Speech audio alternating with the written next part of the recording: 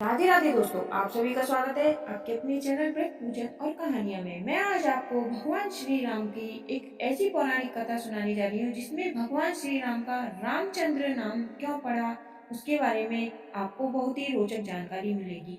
मर्यादा पुरुषोत्तम भगवान श्री राम को सनातन संस्कृति का आधार माना जाता है।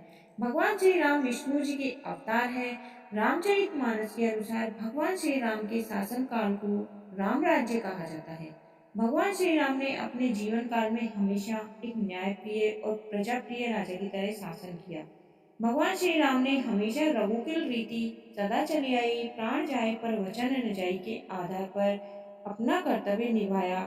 इसी कारण अपने पिता राजा दशरथ के कहने पर राजधर्म और वचन के पालन के लिए भगवान श्री राम 14 वर्षों के वनवास पर भी गए। अपने जीवन काल में भगवान श्री राम ने अपने वचन और धर्म को हमेशा अपने स्वार्थ से ऊपर रखा। हम सभी भगवान श्री राम को शियावर, विष्णु अवतार, रघुनंदन, मर्यादा पुरुषोत्तम, भगवान श्री राम और श्री रामचंद्र के नाम से जानते हैं।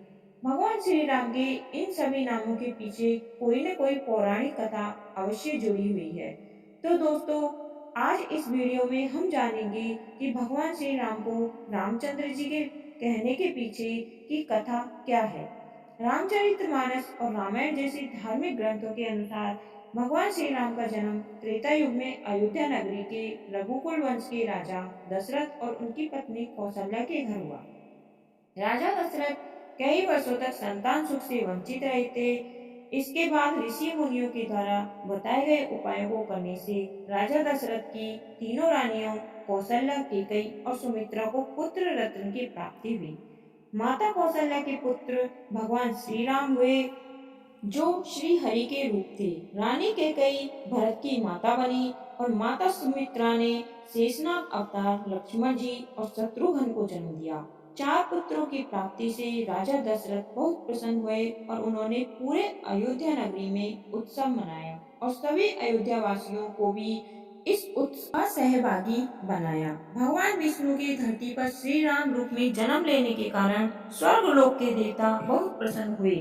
इसी कारण जब अयोध्या नगरी में दशरथ के पुत्रों के जन्म का उत्सव माना गया, तब भगवान सूर्य देव अस्त होना भूल गए और अयोध्या नगरी में रात नहीं हुई। तब रात ने भगवान विष्णु से कहा कि मुझे भी आपके राम रूप के दर्शन करने हैं।